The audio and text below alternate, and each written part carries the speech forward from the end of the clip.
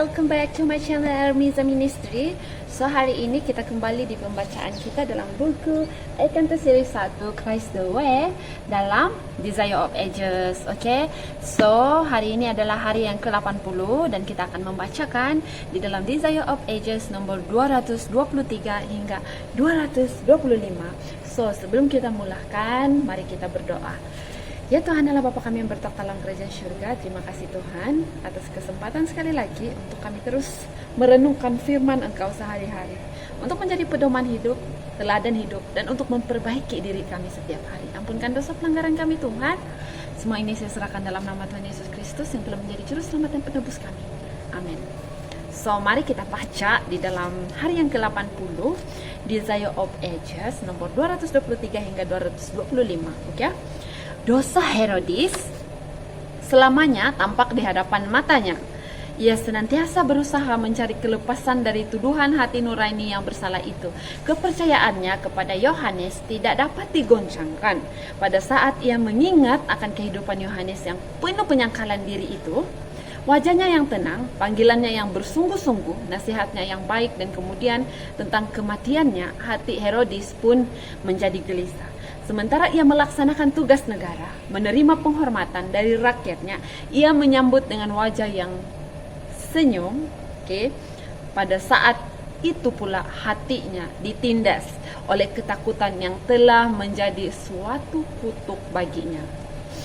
Herodes begitu tertarik oleh perkataan Yohanes sehingga tidak ada sesuatu yang dapat disembunyikan dari pemandangan Allah. Ia yakin bahwa Allah hadir di tiap-tiap tempat. Ia telah menyaksikan kenajisan ruangan pesta itu. Ia telah mendengar perintah untuk memancung kepala Yohanes dan telah melihat akan kesenangan hati Herodias. Dan dengan menghina ia menyerahkan kepala seorang yang menegur dia. Dan banyak perkara lagi yang Herodes telah dengar dari bibir nabi itu kini berbisik pada hati nurani, lebih jelas lagi daripada didengarnya dalam khotbahnya di padang belantara. Bila Herodes mendengar tentang pekerjaan Kristus, hatinya takut. Ia menyangka bahwa Allah telah membangkitkan Yohanes dan mengutus dia dengan suatu kuasa yang lebih besar untuk mengutuk dosa. Ia senantiasa takut karena Yohanes akan membalas dendam padanya dengan membawa kutuk padanya dan seisi rumahnya. Herodes sedang menyabit apa yang Allah telah katakan tentang akibat sesuatu perbuatan dosa. Tuhan akan memberikan di sana kepadamu hati yang gelisah, mata yang penuh rindu dan jiwa yang merana.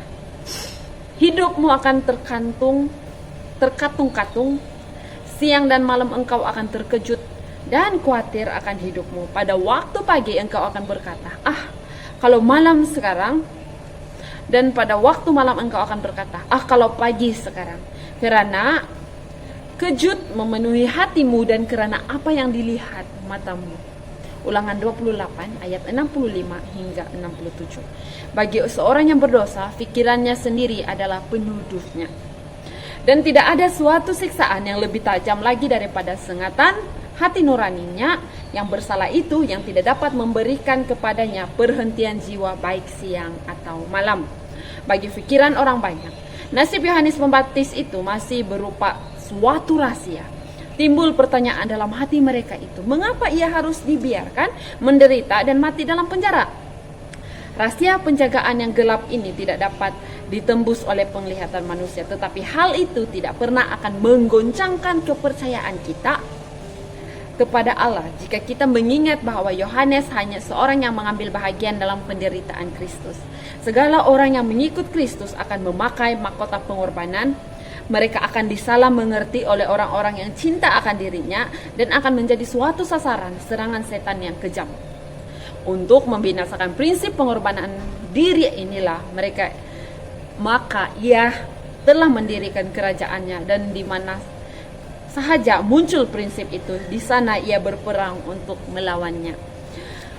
Masa kanak-kanak, masa muda, masa dewasa Yohanes telah dijiwai ketegasan dan kuasa batin. Apabila suaranya didengar di padang belantara berkata, persiapkanlah jalan untuk Tuhan, luruskanlah jalan baginya. Matius 3 ayat 3. Setan merasa takut kerana mengingat akan keselamatan kerajaannya. Kecemaran dosa dinyatakan dalam jalan yang sedemikian rupa sehingga orang-orang pun gemetar. Kuasa setan yang mengikat mereka berada di bawah jajahannya pun putuslah. Ia telah berusaha dengan tidak mengenal letih untuk menyeret Yohanes dari suatu kehidupan yang penuh penyerahan kepada Allah. Tetapi ia telah gagal, dan ia juga gagal mengalahkan Yesus. Dalam pencobaan di padang belantara, setan telah dikalahkan dan besarlah amarahnya. Kini ia bertekad untuk menyusahkan hati Kristus dengan memikul Yohanes, seorang yang tidak dapat dipengaruhi untuk berdosa, akan dipaksanya untuk menderita. Yesus tidak turun tangan untuk melepaskan hambanya. Yesus telah mengetahui bahwa Yohanes akan dapat mengatasi ujian ini. Sebenarnya juru selamat sangat senang untuk datang menghibur Yohanes dalam gua itu dengan kemuliaannya. Tetapi ia tidak mau menempatkan dirinya dalam tangan musuh-musuhnya dan membahayakan pekerjaannya sendiri. Yesus sangat senang untuk melepaskan hambanya yang setia, tetapi untuk kepentingan beribu-ribu orang pada tahun-tahun yang akan datang, yang harus melalui penjara dan maut, Yohanes harus minum piala itu, yakni mati syahid. Sebagai pengikut Yesus, kita harus meringkuk dalam gua yang gelap atau mati oleh pedang, pursik listrik, tiang gantungan, atau seakan-akan ditinggalkan Allah dan manusia. Dengan kesadaran bahwa Kristus sendiri yang telah dengan setia disaksikan oleh Yohanes juga telah melalui pengalaman yang sama. Setan telah diizinkan untuk memendekkan kehidupan pesuruh Allah dalam dunia ini, tetapi hidup yang tersembunyi bersama dengan Kristus di dalam Allah, Kolose 3 ayat 3, tidak dapat dicapai oleh pembinasa itu.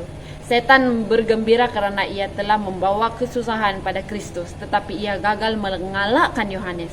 Kematian itu sebenarnya hanyalah meluputkan dia selamanya dari kuasa pencobaan. Dalam peperangan inilah setan sedang menyatakan tabiatnya sendiri di hadapan semesta alam yang sedang menyaksikan. Ia menyatakan permusuhannya dengan Allah dan manusia. Walaupun tidak ada kelepasan secara ajaib diberikan kepada Yohanes, namun ia tidak ditinggalkan. Ia senantiasa ditemani oleh malaikat-malaikat surga yang telah membuka kepadanya nubuatan-nubuatan mengenai Kristus dan janji-janji yang indah dalam Alkitab suci. Inilah yang menjadi pegangannya dan menjadi pegangan umat Allah sepanjang abad kepada Yohanes Pembaptis dan juga kepada mereka yang mengikuti dia telah diberikan jaminan. Ketahuilah, Aku menyertai kamu senantiasa sampai kepada akhir zaman. Matius 28 ayat 20. Allah tidak pernah memimpin umatnya kecuali mereka itu sendiri memilih untuk dipimpin jika mereka dapat melihat kesudahan dari permulaan dan memandang kemuliaan dari maksud yang sedang mereka genapi sebagai teman sekerja dengan dia. Bukannya Henok yang telah yang telah diubah dan naik ke surga. Bukannya Elia yang naik ke surga dengan kereta berapi yang lebih besar atau lebih dihormati daripada Yohanes Pembaptis yang telah binasa sendiri dalam gua. Sebab kepada kamu dikaruniakan bukan sahaja untuk percaya kepada Kristus, melainkan juga untuk menderita untuk dia. Filipi 1 ayat 29. Dan dari segala pemberian yang dapat diberikan oleh surga kepada manusia, persekutuan dengan dia dalam penderitaannya adalah suatu kepercayaan yang paling penting dan kehormatan yang paling tinggi. So, sampai di sini saja kita punya pembacaan hari ini. Terima kasih kerana sudah bersama dengan saya di akhir pembacaan ini. Sehingga ke akhir pembacaan ini, mari kita akhiri pembacaan kita hari ini dengan doa. Ya Tuhan Allah Bapa kami yang bertekad di dalam kerajaan surga, terima kasih Tuhan kerana Engkau telah memberikan pelajaran yang begitu indah di mana kami belajar bahwa cara Yohanes, penderitaan yang dialami oleh Yohanes merupakan satu pekerjaan yang berkenan di hadapan-Mu dan menjadi kehormatan tertinggi. Kami sangat menghormati Yohanes. Kami ingin dikuatkan keimanan kami seperti Yohanes agar kami tidak jatuh di dalam pencobaan, walaupun maut sekalipun akan datang untuk mencobai kami. Ampunkan dosa pelanggaran kami Tuhan. Semua ini saya serahkan dalam nama Tuhan Yesus Kristus yang telah menjadi juru selamat dan penebus kami semua. Amin. Terima kasih dan Tuhan memberkati. Bye.